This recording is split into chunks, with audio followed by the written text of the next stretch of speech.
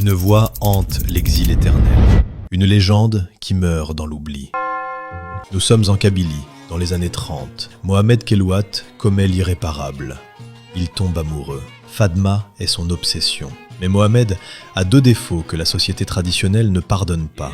Il est orphelin et il est artiste. Pour la famille de la fille, c'est la honte absolue. On lui claque la porte au nez.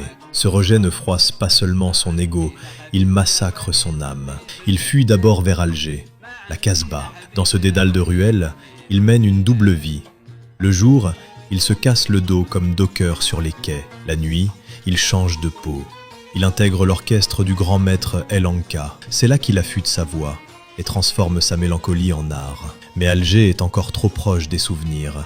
La douleur persiste. Alors il prend une décision radicale. Il traverse la Méditerranée avec la ferme intention de ne plus jamais regarder en arrière. Paris devient son refuge et sa prison. Là-bas, il se forge un personnage.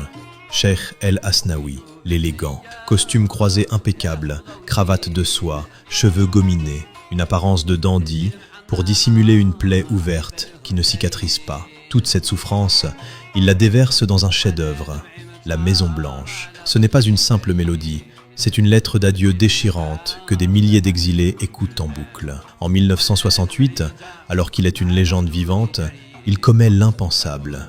Il coupe le son, net. Il pose son instrument et disparaît de la surface de la terre. Il s'isole d'abord à Nice, puis s'enfuit encore plus loin, jusqu'à l'île de la Réunion. Il vit là-bas, coupé du monde, aux côtés de sa femme Denise. Il s'éteint en 2002, dans l'anonymat le plus total, sans jamais avoir revu son village natal, ni la Casbah de ses débuts. Il a tenu sa promesse jusqu'au bout.